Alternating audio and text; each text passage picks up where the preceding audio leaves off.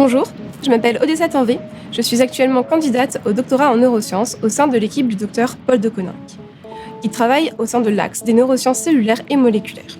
Dans notre équipe, on va chercher à s'intéresser au microbiote intestinal et principalement aux effets de ce microbiote sur le reste du corps.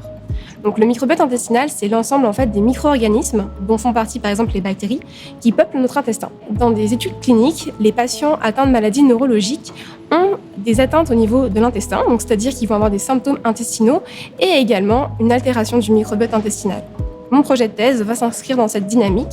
Je vais essayer de comprendre les conséquences d'une altération du microbiote sur les cellules du cerveau qui s'appellent les microglies. Donc ces cellules, ce sont les cellules immunitaires du cerveau. Elles vont participer à de très nombreuses fonctions. Donc par exemple, forcément, les fonctions immunitaires, mais aussi des fonctions lors du développement du cerveau. Par exemple, la mise en place des réseaux neuronaux.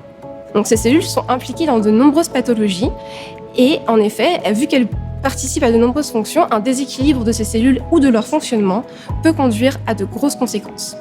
Et je vais chercher avec mon sujet de thèse à comprendre comment, c'est-à-dire par quelle voie, par quel mécanisme cellulaire et moléculaire, le microbiote peut impacter ces cellules, les microglies.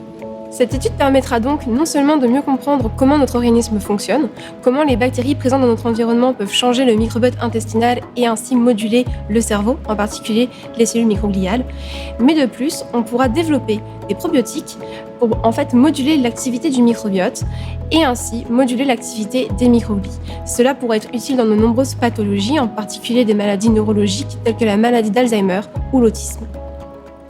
Je suis Odessa Tanvé, fière boursière Desjardins de la Fondation Cerveau 2022.